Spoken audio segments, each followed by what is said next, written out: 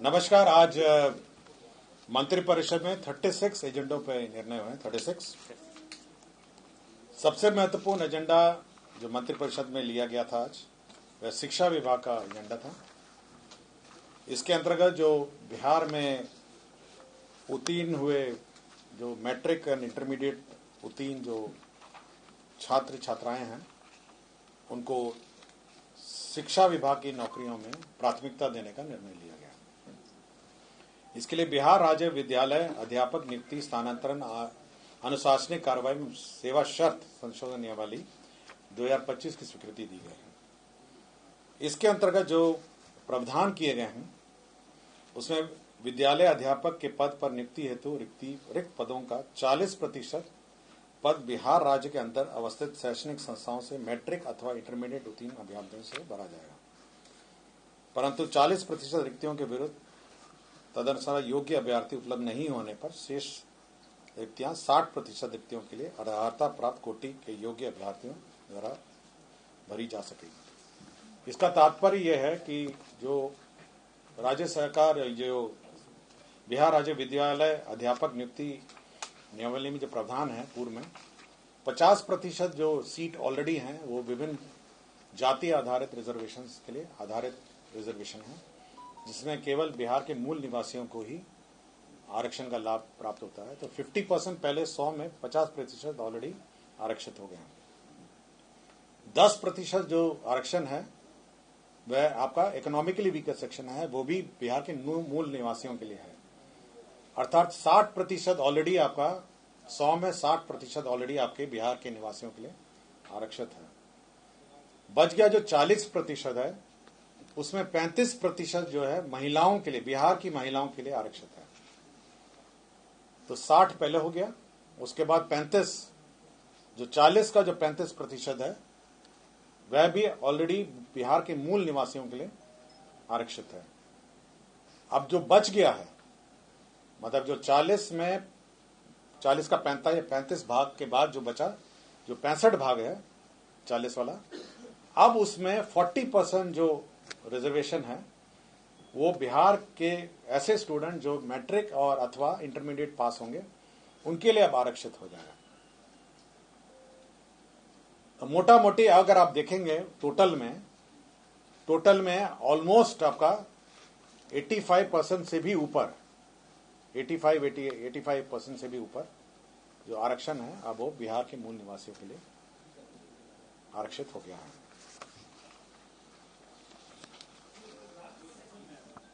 कौन सा? हाँ, कैलकुलेशन आपको समझ में आ गया? देखिए आपका 50% ऑलरेडी आरक्षित हो गया, वो तो मूल निवासी का हो गया। 10% आपका इकोनॉमिकली वीकर सेक्शन के लिए हो गया है।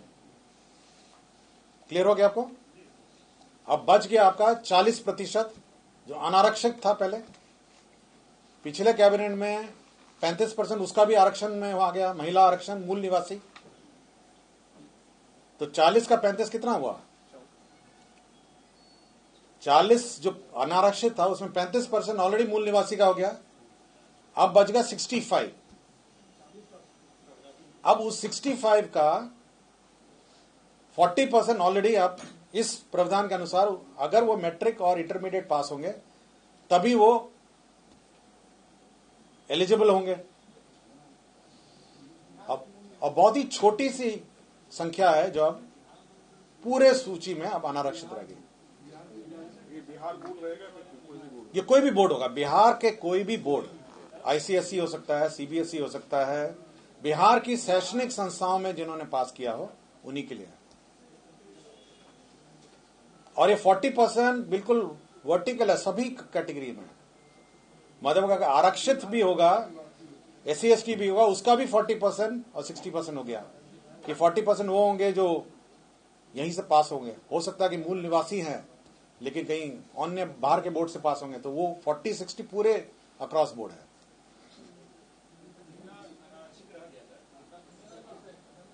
15% रह गया मोटा मोटी। 40% आपका अनारक्षित हुआ। 40% अनारक्षित में 35% ऑलरेडी महिलाओं का आरक्षण हो गया ना, और वो भी मूल निवासी वाला आरक्षण। बच गया 65। अब उस 65 का 40% आपका आरक्षण हो गया।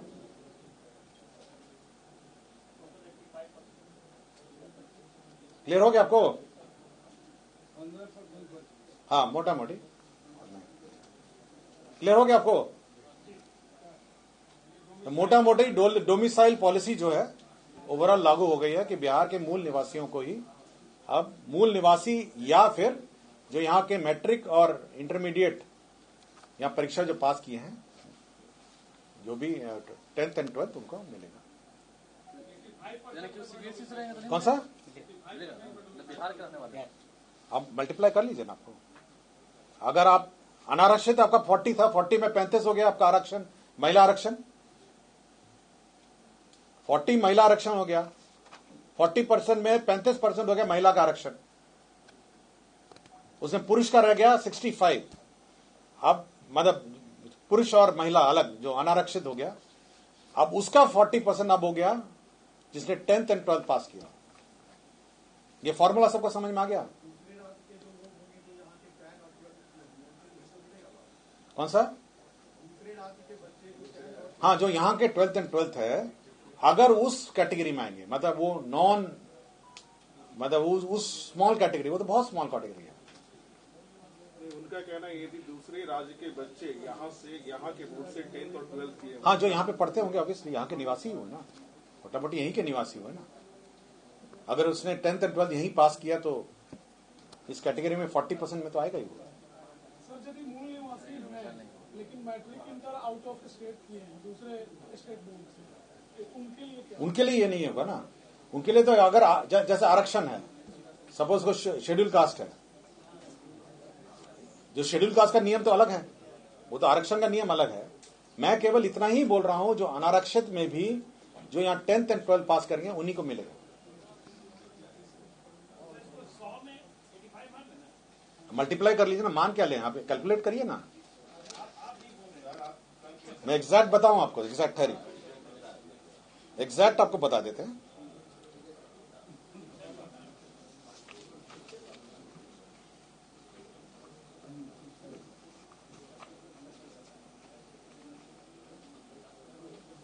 ये टोटली केवल 15.6% होगा जो बिहार के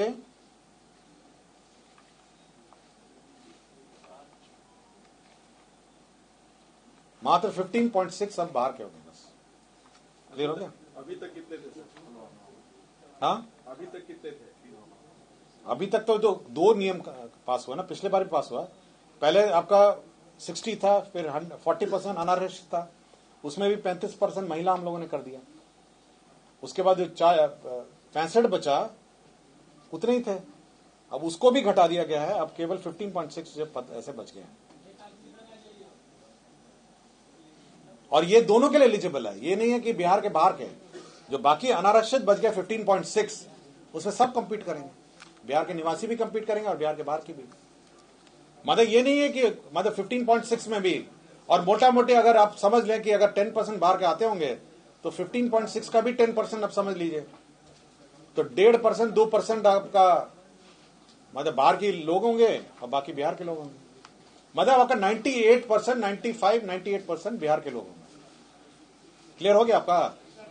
मतलब 15.6 जो है वो टोटल अनारक्षित है।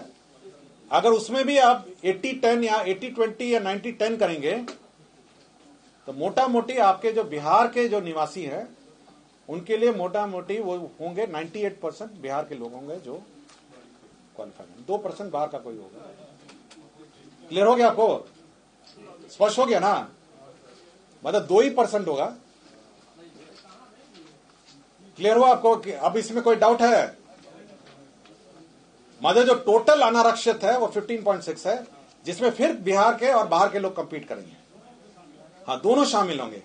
और यूजुअली जो ट्रेंड देखा गया है, अगर 10% भी बाहर का होगा तो 15.6 में 1.5% बाहर के लोग होंगे और बाकी लोग यहां के होंगे।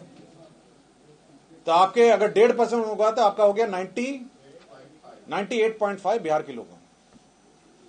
तो ऑलमोस्ट आपका 100% हो गया, 98.5। क्लियर हो गया? तो 98.5 आपके बिहार के निवासी होंगे। क्लियर हो गया आपको? किसी को इस एजेंडा पे पूछना है कुछ? सर ये सभी नौकरियों के लिए या सिर्फ शिक्षा विभाग? ये शिक्षा विभाग का टीआरई फोर्स है। मैं शिक्षा विभाग के बारे में बोल रहा हूं। 15.6 में भी सभी कॉम्पीट करेंगे, और अगर आप अनुमानित रख लीजिए 5-8% या 6% बाहर के लोग होंगे, तो 1% बाहर का कोई होगा, तो 99% आपका हो गया ना डोमिसाइल। क्लियर हो गया आपका? मतलब मोटा मोटे अगर आपको मतलब हेडिंग के लिए चाहिए तो ऑलमोस्ट 98-99% जो है बिहार के निवासी ही कॉम्पीट करेंगे।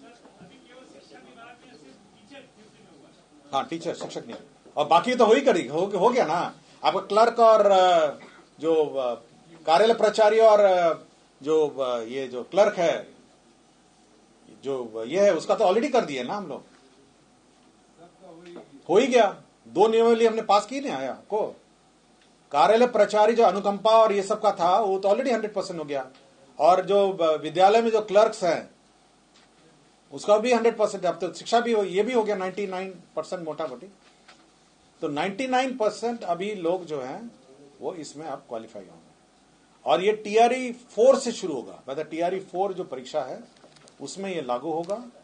और पूर्व में माननीय मुख्यमंत्री जी ने ऑलरेडी घोषणा की है कि टीआरई 5 अगले साल 2026 में होगा, और 2026 में टीआरई 5 होने के पूर्व एसटीईटी की जो परीक्षा है वो होगी। इसलिए वैकेंसी जो है हम टीआरई 4 और टीआरई 5 का बांट के हम लोग, जितनी ओवरऑल वैकेंसी है वो 2 परीक्षाओं में बांट के हम लोग रखेंगे।